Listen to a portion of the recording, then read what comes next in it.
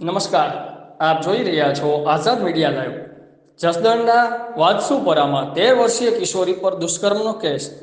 કિશોરીના મકાનમાં લઈ જઈ દુષ્કર્મ કર્યું હતું. કિશોરીના પેટમાં દુખાવો થતાં પરિવારને જાણ થતાં ઘટસ્ફોટ થયો.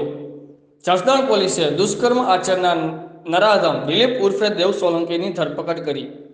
રિપોર્ટર જિજ્ઞેશ સિદ્ધપુરા, કેમેરામેન રસિકભાઈ વિસાવળિયા, આઝાદ મીડિયા લાઈવ, જસદણ.